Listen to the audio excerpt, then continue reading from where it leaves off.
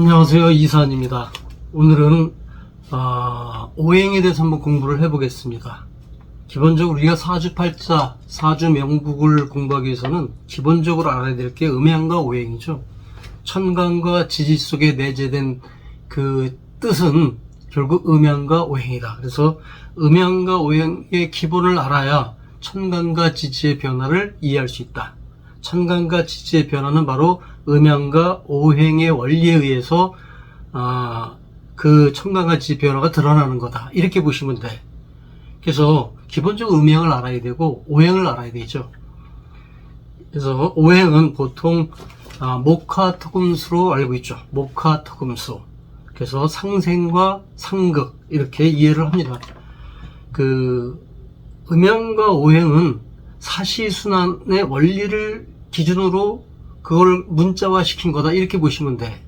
그러니까 목화토금수, 목생화, 화생토, 토생금, 금생수, 수생목.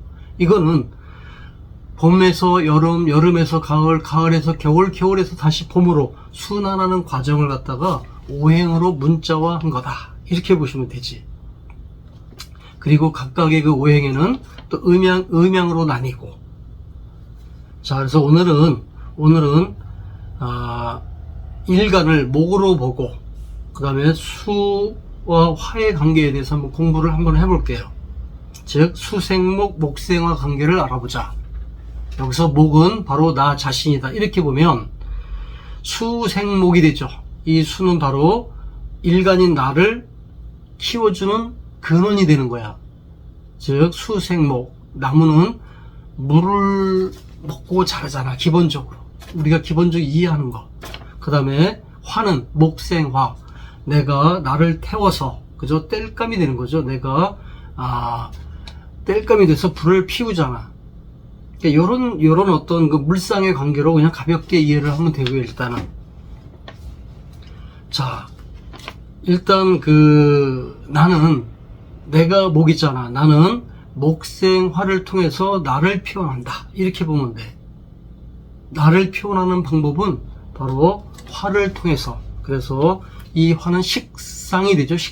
식신과 상관을, 식상과 상관을 통해서 목기인 나를 피워난다 이렇게 보면 되고, 즉 식상은 활동성이지 일간 목인 나의 활동성이다 이렇게 보면 되고, 그 다음에 수는 수생목, 나를 키워주는, 내가 그 물을 마시면서 자라는 거잖아. 그래서 이 수는 인성이라고 말하죠. 인성. 그래서 정인과 편인으로 나뉜다. 자, 이때 정인과 편인으로 나뉘고, 이때 이것이 이제 과연 이런 인성이 과다할 경우, 인성이 적을 경우, 식신이 과다할 경우, 식신의 역할이 작은 경우, 이렇게 나뉘어 가지고 한번 전체적으로 이해를 해보자고요. 자, 일단 목기인 나는 물이 필요하다. 그 물은 십신으로 보게 되면 인성이 된다. 인성은 나를 키워주는 모태와 같다. 어머니와 같다. 그래서 인성은 육친적으로 보게 되면 어머니가 됩니다. 어머니.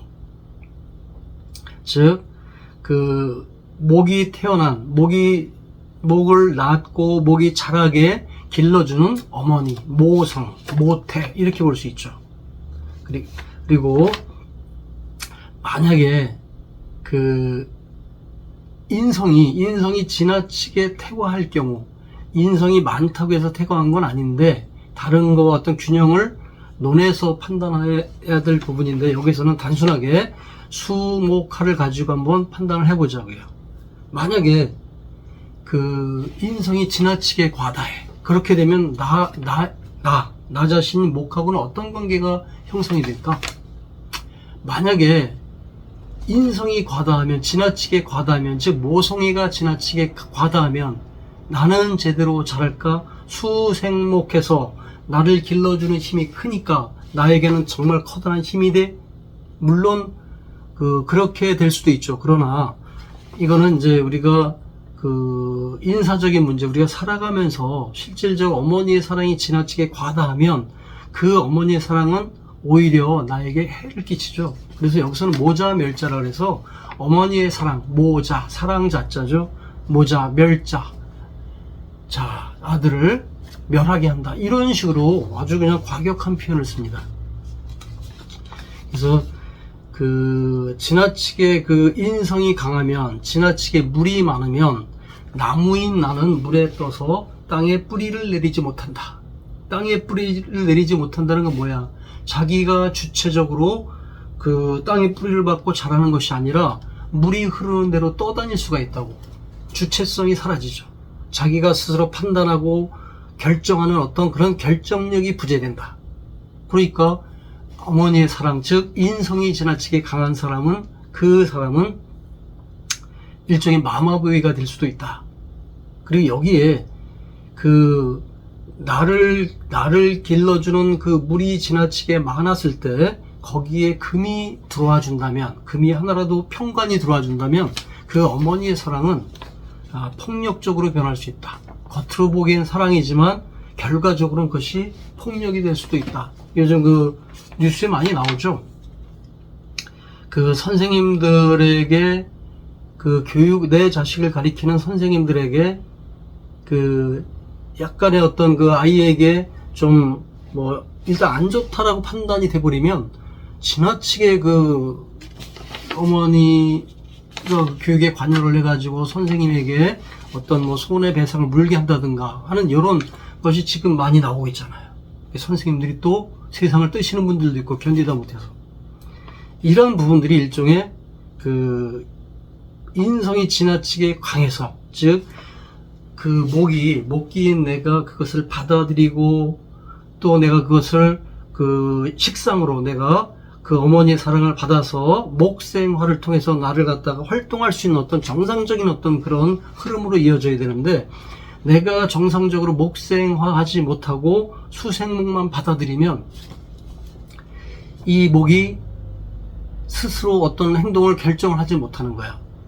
또 이 경우에는 목생화인데 이 수가 지나치게 강하면 목이 다 받아들이질 못하니까 이 수가 원리가 그죠? 수극화 해가지고 목의 식신 상관 활동을 갖다가 극제해 버린다고. 이게 뭐냐면 목의 활동성을 어머니의 사랑이 막아버린다는 거야. 어머니의 사랑이 지나치게 태과하고 지나치게 강해버리면 목인 나 자신의 활동성을 갖다가 둔화시켜버리고 오히려 목이 콸콸콸 자기의 어떤 기분을 써야 되는데, 사랑받은 만큼 써야 되는데 어머니의 사랑이 활동성까지, 나 자신의 활동성까지 막아버리고 파괴해버린다고. 그러니까 나는 아무것도 못하는 거야. 그냥 어머니가 지시하는 대로 움직일 수밖에 없거든. 지금 일어나고 있는 현상들이 바로 이거죠.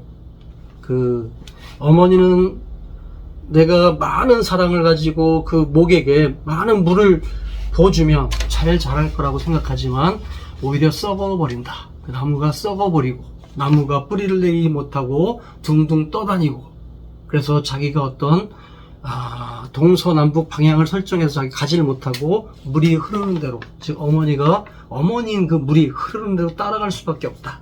그러니까 이 목이 목생화 할 수 있나? 못하지. 이 화를 갖다가 어머니의 사랑인 수가 오히려 불을 꺼버리니까 나는 내 어떤 활동성도 제약을 받는다. 이렇게 되는 거예요. 이 목은 나무잖아. 그죠? 나무는 뭡니까? 자기를 어떻게 표현해? 적정한 물을 받아들여 가지고 열매를 맺잖아. 꽃을 피우고 열매를 맺잖아. 그게 바로 식상이거든. 이 화는 계절로는 여름이지만 여름에 실제 나무가 하는 일은 뭡니까? 태양빛을 받아가지고 꽃을 피우고 열매를 맺는 거거든. 병화와 정화인데 천간으로 보게 되면 정화는 꽃이라고 보면 병화가 꽃이라면 정화는 열매예요. 즉 이 목이 꽃을 피우고 열매를 맺어야 되는데 이 수가 지나치게 강해서 이 열매를 꺼트려 버린다고. 피우지를 못하게 해버려요. 꽃이 피지 못하게. 나무가 썩어버리는데, 나무가 뿌리를 박지 못하고 둥둥 떠다니는데 무슨 열매를 맺고 꽃을 피우고 열매를 맺나. 그래서 오히려 수다, 화멸 이렇게 표현할 수도 있죠. 수가 많아서 수다, 화멸, 화가 멸하는 거예요. 화식, 불이 꺼지는 거예요. 즉 열매가 열리지 못한다. 꽃은 피더라도 결국 열매는 쭉정이가 된다는 얘기지. 그러니까 이 나무가 꽃을 피우지 못한다는 건 뭐야? 어머니의 사랑이 사랑이 아니고 결국은 그것이 폭력이 된다. 이렇게 보면 돼.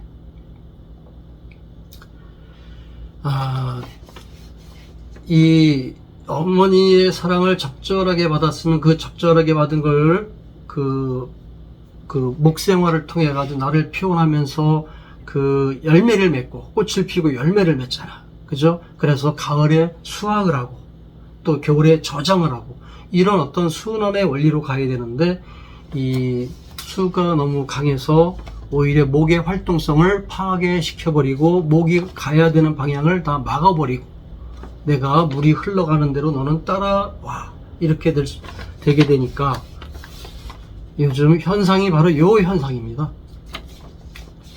자, 이 금이 들어오면 금생수 수생목 해가지고 뭐 살인상생 이렇게 보는 분도 있지만 이거는 수가 지나치게 강해버리면 이 금이 그 수를 갖다 도와주는 것이 아니라 오히려 그 목을 그 파괴하는 쪽으로 같이 작동을 해버려요. 이 수와 금이 같이 합세해가지고 목기인 나 자신을 갖다가 파괴해버린다고. 그러니까 어머니 사랑이 지나치면 결국 뭐가 된다? 폭력이 된다. 사랑도 때로는 폭력이 될 수 있습니다. 자, 우리가 천간과 지지, 천간과 지지 8글자로 이루어진 것이 사주명국이잖아. 그죠? 근데 사주명국을 이해하기 위해서는 그 천간과 지지가 어떻게 생성됐는지 그 과정도 이해를 해야 돼. 그 과정이 바로 뭐다? 음양에서 사상이 나오고 중앙의 토가 오행을 돌려서 천간을 만드는 거거든. 그래서 기본적으로 음양 오행의 원리를 알아야 된다. 오늘은 수생목 목생화 요 구조에서 목기가 바로 나 자신이라고 설정을 하고 인성과 식상에 대해서 한번 인사적으로 한번 이해를 해 봤습니다. 감사합니다.